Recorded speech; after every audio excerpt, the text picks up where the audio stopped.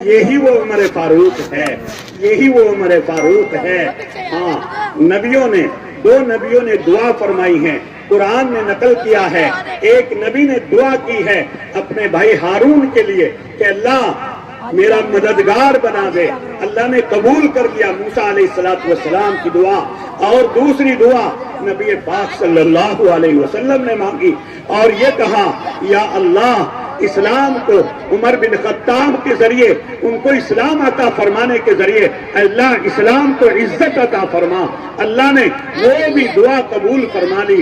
میرے بھائیو، یہی وہ عمر ہے کہ ادھر تو نبی نے دعا مانگی ہے اور ادھر مکے کے ظالم لوگوں نے بیٹھ کے ایک مشورہ کیا اور یہ کیا کہ بھائی عمر کو بلاؤ، اور مشورے میں بات رکھی کہ محمد اور اس کے ساتھی ہمیں پریشان ہی کرتے رہیں گے، ایسا کرو کہ آج ونعوذ باللہ اس محمد کا کام تمام کر دیا جائے اور تلوار لے کے اس کی گردن اڑا دی جائے۔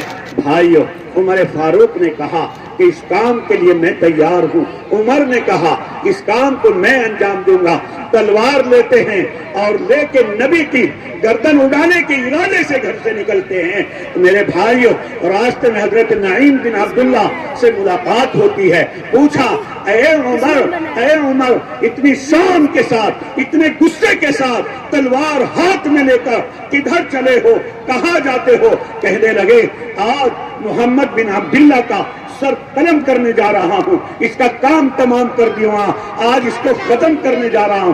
بھائیو، انہوں نے کہا کہ آپ وہاں تو بعد میں جانا، پہلے اپنے بھائی بہنوئی کے گھر کی خبر تو لو، ان کو تو دیکھو ان کا کیا حال ہے۔ تو بھائی بہن کے گھر کی طرف مڑتے ہیں، حضرت سعید کے گھر کی طرف جاتے ہیں اور اپنی بہن کے گھر کی طرف جاتے ہیں۔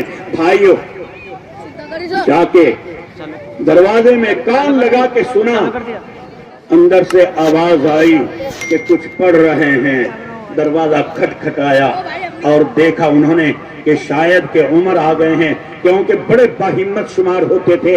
تو بہنوئی ڈر گیا، بہن نے جلدی سے ان قرآن کریم کے اوراق کو چھپا کے رکھ دیا۔ یہ اندر داخل ہوتے ہیں اور غصے میں جا کے کہتے ہیں کہ کیا پڑھ رہے تھے تم، کیا کر رہے تھے تم؟ لگتا ہے تم ایمان لے آئے ہو، لگتا ہے تم مسلمان بن چکے ہو۔ میرے بھائیو، بہنوئی نے دبی آواز سے یہ کہا کہ اگر اسلام دین برحق ہے تو اسے قبول کرنے میں کیا چیز مانے ہے؟ اگر اسلام برحق ہے تو اسے قبول کرنے میں کیا تاخیر ہے، کیا دیر ہے؟ بس اتنی بات سننا تھا۔ اور عمر فاروق نے بھائیوں جو مارنا شروع کیا ہے، بہنوئی کو پیٹنا شروع کیا، پٹک کے مارا اور ان کے سینے پر بیٹھ جاتے ہیں، مار رہے ہیں۔ اور میرے بھائیوں، بہن کو جلال آ گیا، بہن کو غصہ آ گیا۔ بہن نے کہا عمر، جس ماں کا دودھ تو نے پیا ہے اسی ماں کا دودھ میں نے پیا ہے۔ سن لے، کان کھول کے سن لے، ہمارے دلوں کے اندر ایمان داخل ہو چکا ہے، یہ ایمان ہمارے دلوں سے نہیں نکل سکتا ہے۔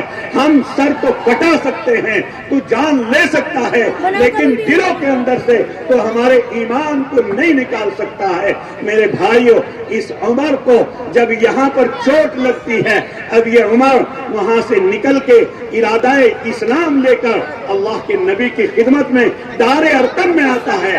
اللہ کے نبی صلی اللہ علیہ وسلم اندر تشریف فرما ہیں۔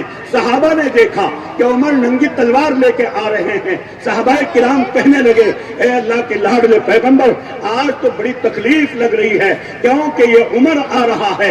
اللہ کے نبی نے فرمایا کوئی گھبرانے کی بات نہیں ہے، آنے دو، آنے دو۔ اگر عمر عزت سے آئے گا تو کوئی بات نہیں، اور اگر بدتمیزی سے آئے گا تو اس کی تلوار سے اس کے سر کو قلم کر دیا جائے گا۔ بھائیو، عمر آتے ہیں، اللہ کے نبی نے زور سے پکڑ کے ان کے دامن کو جھٹکا مارا اور کہا کہ عمر کب تک اندھیروں میں پڑے رہو گے؟ بھائیو، اسی وقت اسلام لے آتے ہیں۔